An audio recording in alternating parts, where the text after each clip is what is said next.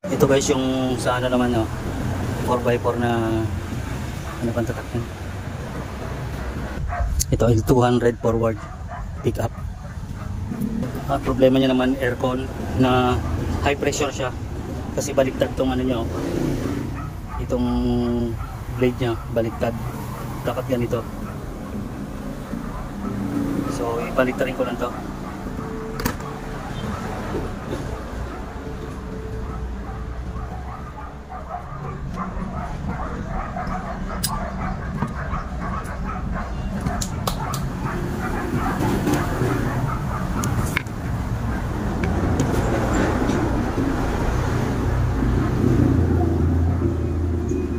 So ayan, baliktarin ko lang siya guys kasi high pressure yung problema nito.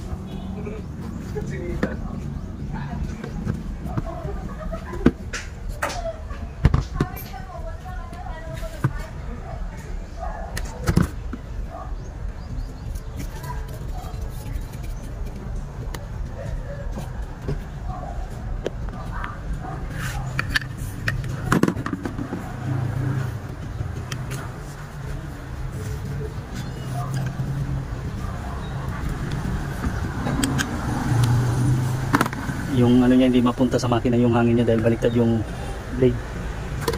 So ganito dapat yan. So ikabit ko lang guys.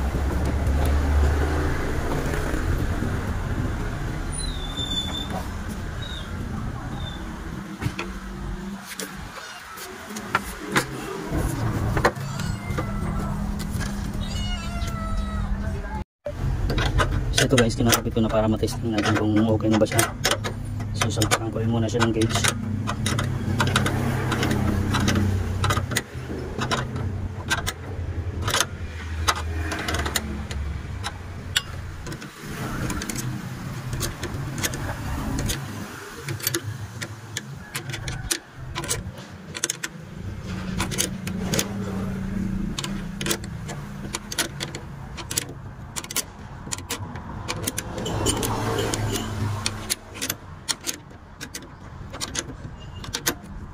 So ayan.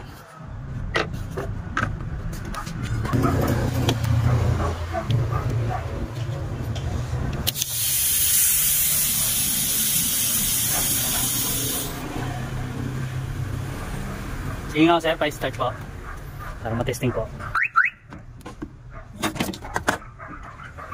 So ayan, start natin para ano.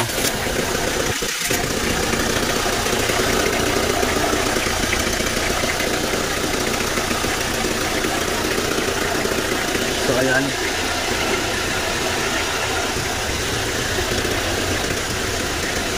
Lalo na yung hangin niya dito na.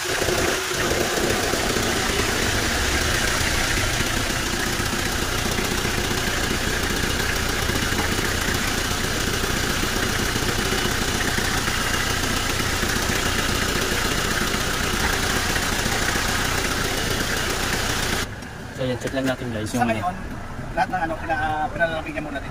para pagka-kompleto na to, isa ka baba yung gauge, o bababa yan.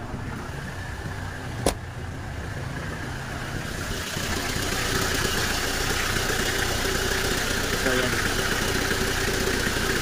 Kasi okay yung piping mo, yan, ganda ng moisture, oh.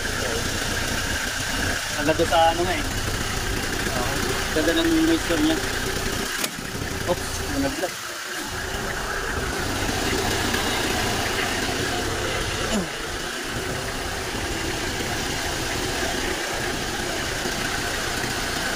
Dito guys, okay na to. Papasok na dun sa makina yung hangin nila to. Kanina malakas yung palabas niya kasi baliktad yung brake. So yun guys, so bumaba na yung gauge na, nasa 50 na lang. Kanina 60. 60 na higit pa nga. Kasi high pressure.